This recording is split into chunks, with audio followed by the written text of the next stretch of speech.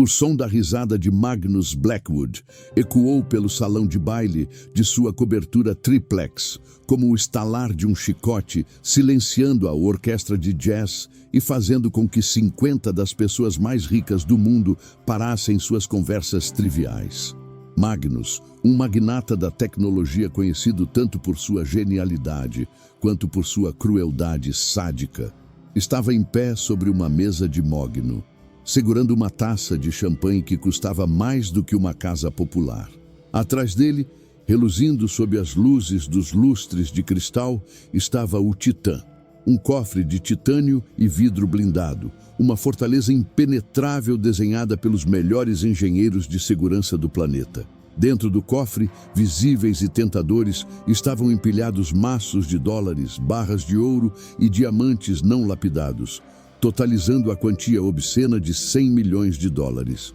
"Escutem todos!" bradou Magnus, com os olhos brilhando de álcool e arrogância. "Vocês trouxeram seus hackers, seus especialistas em arrombamento, seus matemáticos do MIT. Todos falharam. O Titã permanece inviolado." Ele desceu da mesa e caminhou cambaleante até o canto do salão, onde uma jovem de uniforme cinza desbotado estava de joelhos, recolhendo cacos de uma taça quebrada por um convidado descuidado. Era Elara, a faxineira temporária, contratada apenas para limpar a sujeira daquela noite de excessos. Magnus agarrou o braço dela, puxando-a para o centro das atenções, sujando o tapete persa com o pano úmido que ela segurava. A humilhação foi instantânea. "Olhem para ela", zombou o bilionário. "Até a ratinha da limpeza tem uma chance hoje. Ei, você, Cinderela do esgoto, se você conseguir abrir aquela porta em 5 minutos, o dinheiro é todo seu. Se não conseguir, você vai limpar o chão com a língua." A multidão riu, achando que era apenas mais uma piada cruel do anfitrião excêntrico. Elara, tremendo, levantou os olhos. Magnus esperava ver medo. O que ele não sabia, e o que faria seu sorriso morrer em breve, era que Elara não estava olhando para o dinheiro.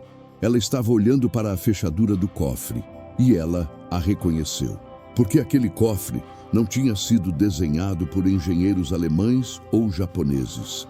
Aquele design, aquela curva específica na maçaneta biométrica, tinha sido desenhada na mesa de jantar da casa dela, pelo pai que Magnus destruíra e levara ao suicídio 10 anos atrás. A desigualdade é um abismo silencioso que separa mundos que coexistem no mesmo espaço físico. Naquela cobertura, o ar cheirava a perfume importado e charutos cubanos.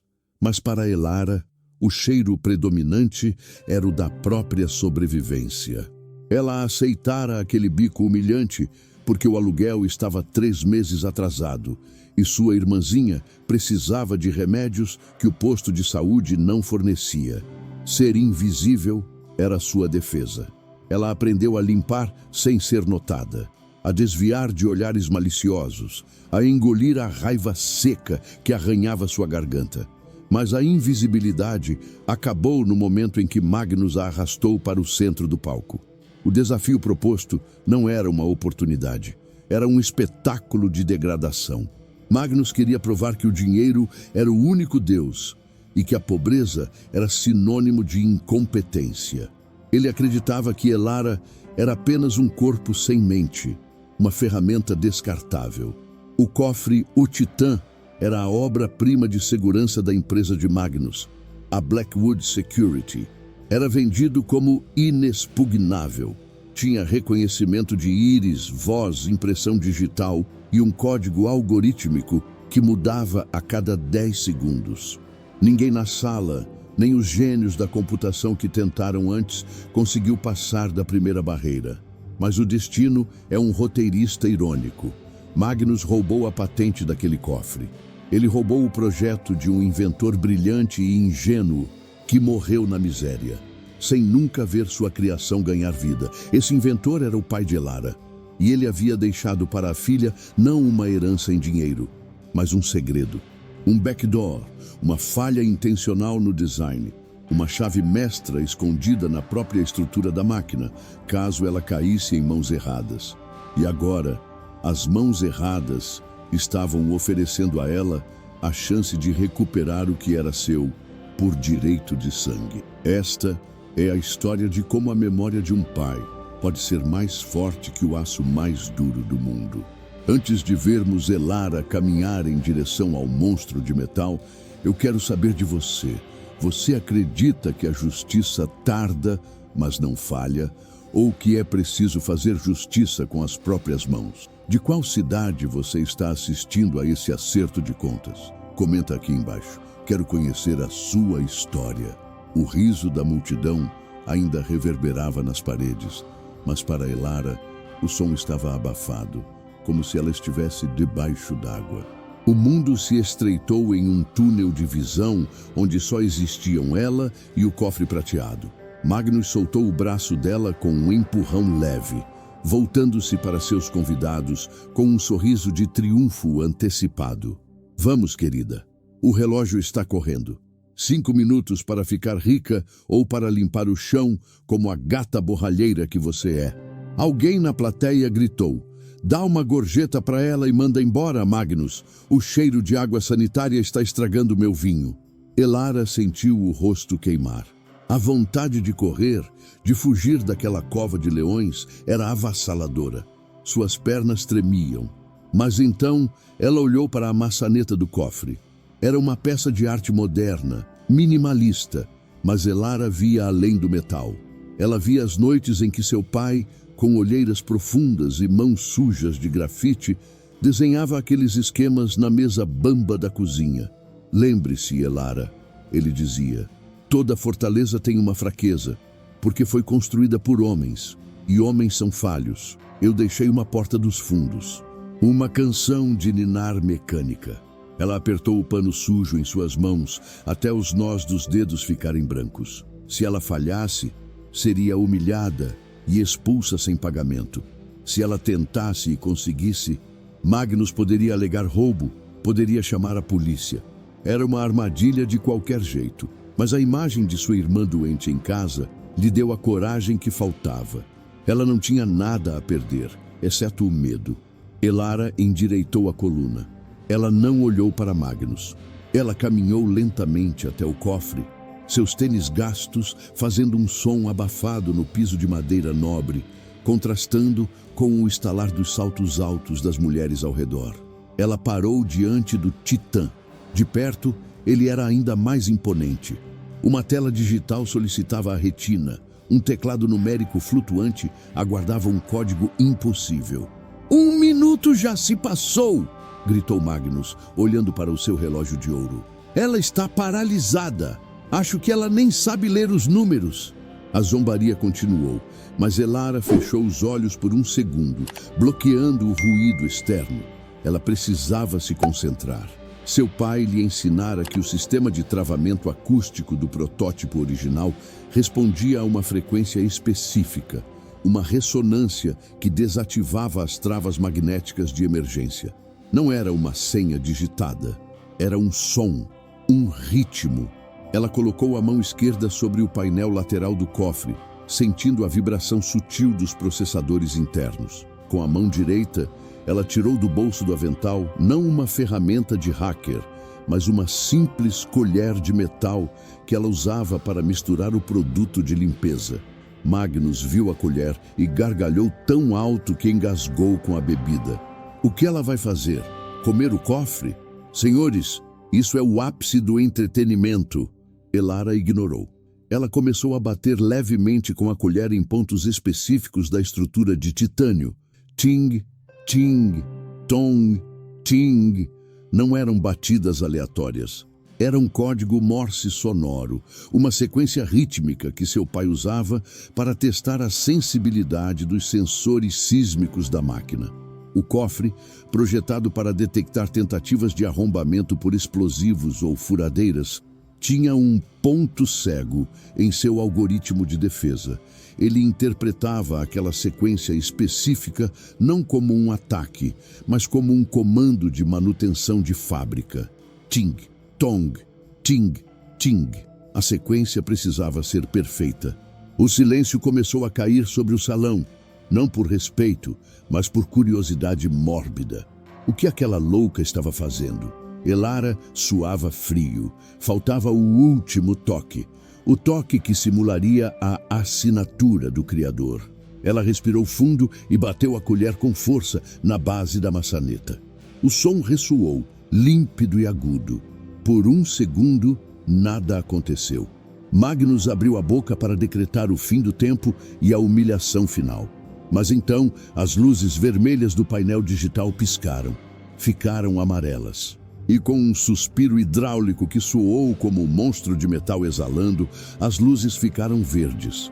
O mecanismo de trava, que resistira aos maiores especialistas do mundo, girou sozinho. Clique. A porta pesada de titânio se afastou 2 centímetros da moldura. O salão ficou tão silencioso que era possível ouvir o gelo derretendo nos baldes de champanhe.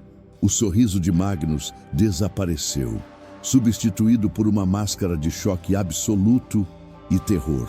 Elara largou a colher, que caiu no chão com um barulho metálico. Ela agarrou a maçaneta fria com as 2 mãos e puxou. A porta se abriu completamente, revelando as pilhas de dinheiro e ouro, iluminadas por LEDs internos. Elara virou-se lentamente para encarar o bilionário. Ela não parecia mais a faxineira, ela parecia a dona do lugar. "O tempo acabou, Sr. Blackwood", disse ela, sua voz firme ecoando no salão mudo. "E acho que o senhor me deve 100 milhões de dólares. Magnus estava pálido, olhando de Elara para o cofre aberto. Ele sabia que aquele código de batidas não existia em nenhum manual. Só uma pessoa sabia daquilo, o homem que ele matou. Quem é você?" Ele sussurrou, recuando, como se tivesse visto um fantasma. E Elara, com um sorriso triste nos lábios, preparou-se para dar a resposta que destruiria a festa. A cor sumiu do rosto de Magnus Blackwood, deixando-o com uma palidez cadavérica que contrastava violentamente com o rubor do álcool que antes dominava suas feições. O silêncio no salão era tão absoluto que o som da respiração ofegante de Elara parecia um vendaval. Ela estava parada diante da fortuna exposta, mas suas mãos não se moviam em direção aos maços de dólares empilhados como tijolos de uma construção macabra. Magnus, recuperando-se do choque inicial pelo instinto de preservação de um animal encurralado, soltou uma risada nervosa e estridente que soou mais como um latido. Ele avançou, colocando-se entre Elara e o cofre, bloqueando a visão do tesouro com seu corpo largo, coberto por um smoking italiano. "Bravo! Bravo!" gritou ele, batendo palmas de forma lenta e sarcástica, tentando desesperadamente retomar o controle da narrativa diante de seus convidados atônitos. "Uma performance incrível! Vocês viram isso? É um truque de ilusionismo. Eu contratei essa moça para entreter vocês. O cofre estava destravado o tempo todo, é claro. Ninguém abre um titânio com uma colher. É física básica." Ele se virou para Elara, seus olhos injetados de ódio e medo, e sussurrou para que apenas ela ouvisse, com um hálito quente de uísque e maldade. "Se você tocar em 1 centavo, eu mando meus seguranças quebrarem cada dedo da sua mão. Saia daqui agora e eu deixo você viver." A ameaça foi clara, direta e letal. Elara sentiu o medo gelado percorrer sua espinha, o mesmo medo que sentiu quando a polícia bateu em sua porta anos atrás para dizer que seu pai tinha caído de uma janela. Mas ela olhou para o rosto de Magnus e viu algo além da raiva. Viu pavor. Ele estava aterrorizado. Não porque ela ia levar o dinheiro, mas porque ela sabia o segredo. "Eu não sou ilusionista, Magnus. E o cofre não estava aberto", disse Elara, alto o suficiente para que a primeira fila de convidados ouvisse, desafiando a mentira dele. "Eu abri usando o código de ressonância que o inventor original, Elias Thorne, ensinou à filha dele antes de ser assassinado e ter sua patente roubada." O nome Elias Thorne atingiu o salão como uma bomba. Alguns dos investidores mais antigos trocaram olhares nervosos. Eles lembravam dos rumores, das histórias abafadas sobre o suicídio do gênio que antecedeu a ascensão meteórica da Blackwood Security. Magnus percebeu que estava perdendo a plateia. O suor começou a escorrer por sua têmpora. Segurança! Ele berrou, a voz falhando. Tirem essa louca daqui! Ela está invadindo propriedade privada. Ela é uma ladra. 2 homens enormes vestidos de preto e com fones no ouvido surgiram das sombras do salão e correram em direção a Elara.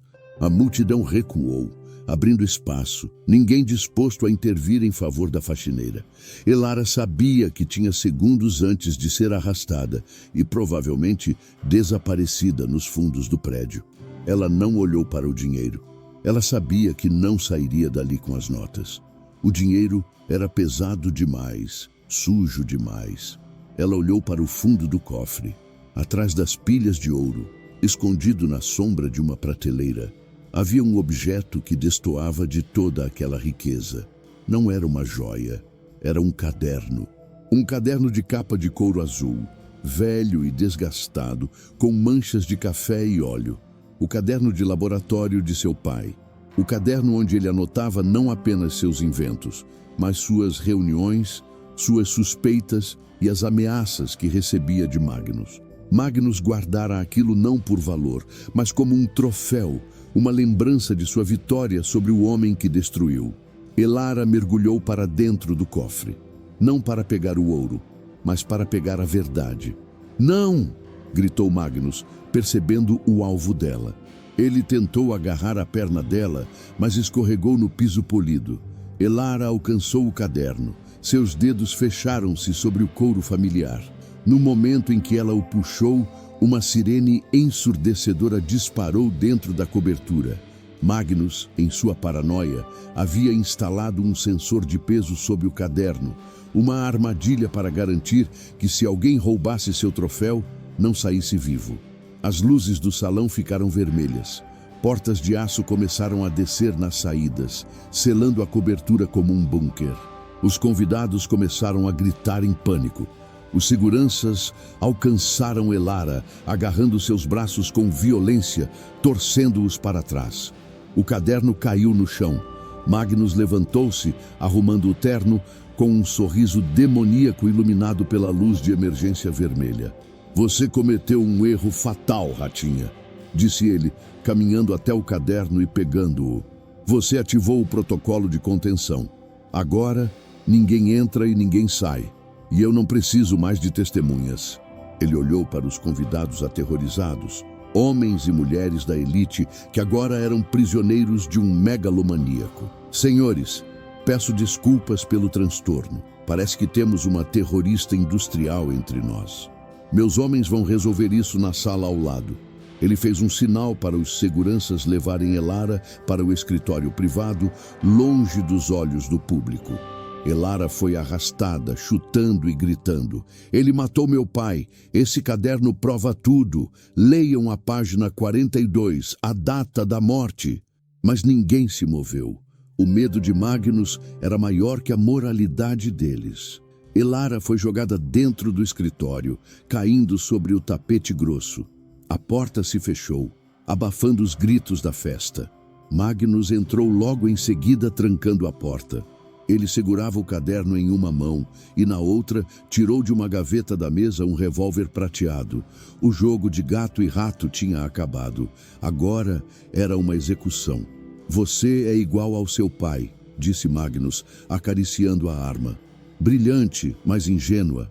Você achou mesmo que eu ia te dar 100 milhões? Eu não dou nada a ninguém. Eu tomo. Ele jogou o caderno na lareira acesa que aquecia o escritório. As páginas secas começaram a queimar imediatamente. Elara viu a letra de seu pai sendo consumida pelas chamas. A única prova de sua inocência virando cinzas. Não! Ela gritou, tentando levantar, mas Magnus apontou a arma para a cabeça dela. Fique no chão, o caderno já era, e você é a próxima. Vou dizer à polícia que você invadiu, abriu o cofre e tentou me matar. Legítima defesa. Com o meu dinheiro e os meus advogados, eu saio da delegacia antes do seu corpo esfriar no IML.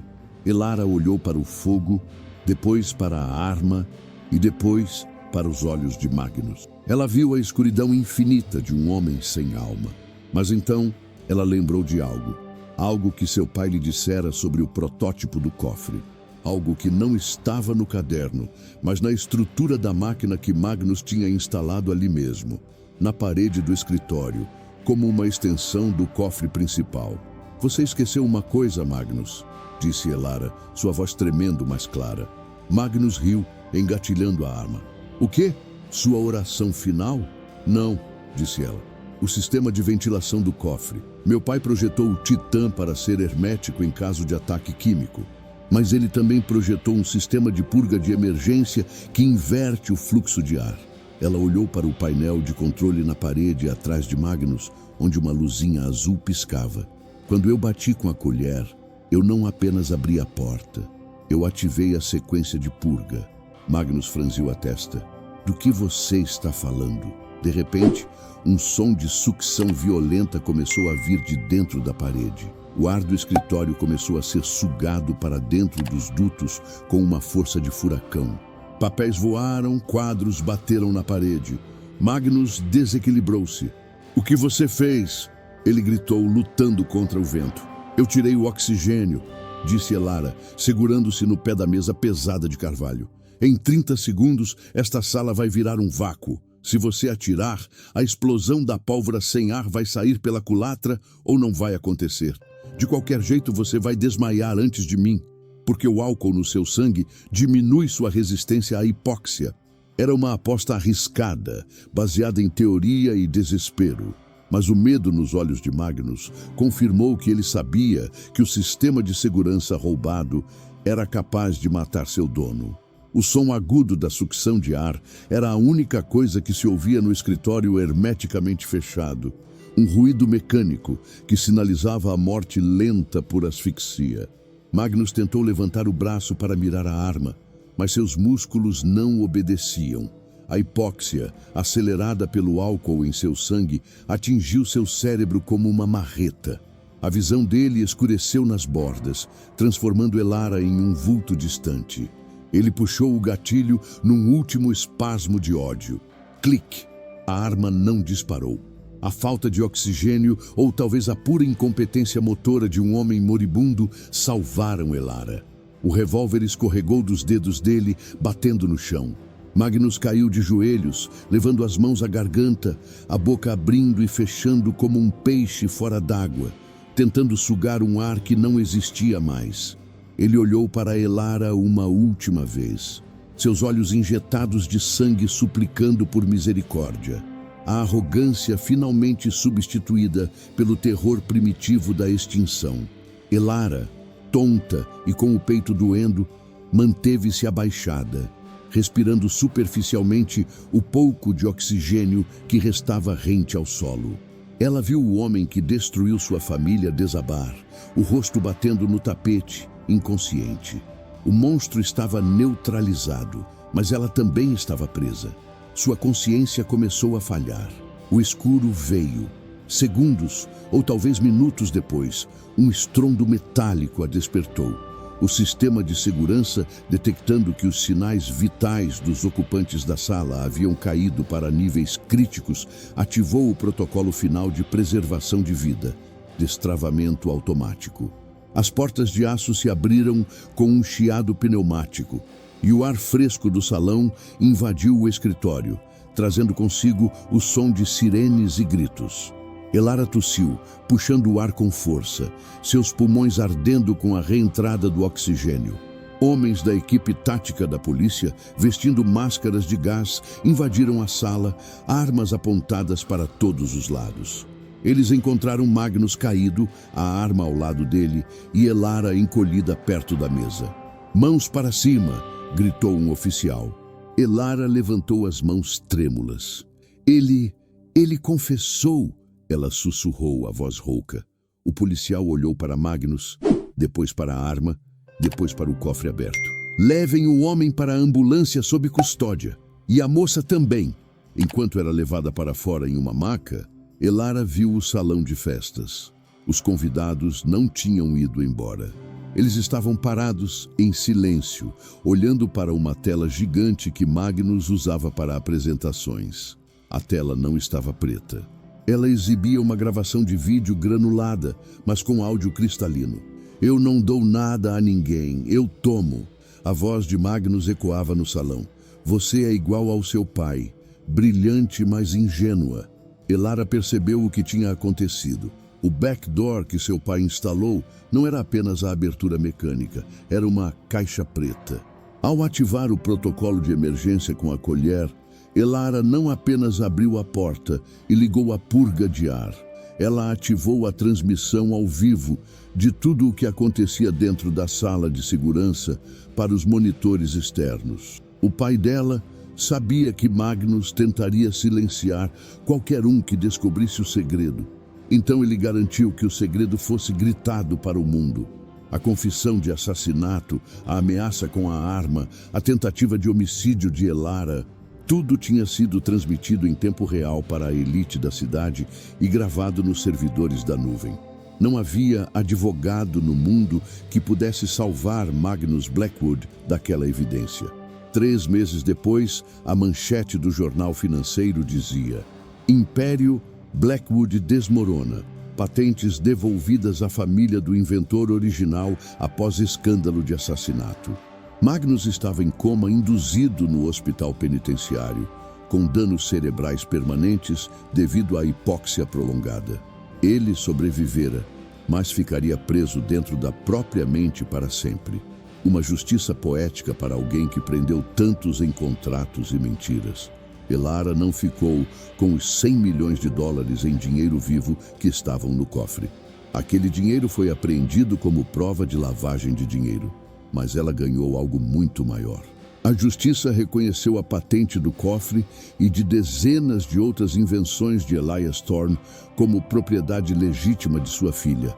As ações da empresa, agora sob nova direção e renomeada Thorne Security, dispararam. Elara comprou a casa onde cresceu, reformou-a e contratou os melhores médicos para sua irmã, que se recuperava rapidamente. Ela não se mudou para a cobertura triplex. Ela preferiu o chão, a terra, a realidade. Mas em seu novo escritório, na sede da empresa que agora presidia, ela mandou instalar o cofre Titã. Ele ficava aberto, vazio de dinheiro. Dentro dele, em uma prateleira de vidro iluminada, havia apenas um objeto, uma colher de metal simples, amassada e velha. Era o lembrete diário de que a força bruta e o dinheiro nunca vencerão a inteligência e a coragem de quem luta pela verdade. Numa tarde de chuva, Elara estava saindo do prédio. O porteiro, o mesmo que a tinha deixado entrar meses antes com o uniforme de faxineira, correu para abrir a porta do carro para ela. Ele parecia envergonhado. Dona Elara, me desculpe por aquele dia. Eu não sabia. Elara parou. Ela não estava vestida com roupas de grife exageradas, mas com um terno elegante e discreto. Ela sorriu para o homem. Não peça desculpas por fazer seu trabalho, João. Mas lembre-se, a próxima pessoa que entrar aqui com roupa suja pode ser a dona do prédio. Trate todo mundo como se fosse o chefe. Ela entrou no carro e partiu. Enquanto olhava a cidade pela janela, Elara tocou o vidro frio. Ela sabia que seu pai estava olhando por ela. Ele tinha deixado uma chave mestra para o cofre, mas a verdadeira chave que ele deixou foi a educação que permitiu a ela decifrar o código. E essa herança, ao contrário dos 100 milhões, ninguém nunca poderia roubar.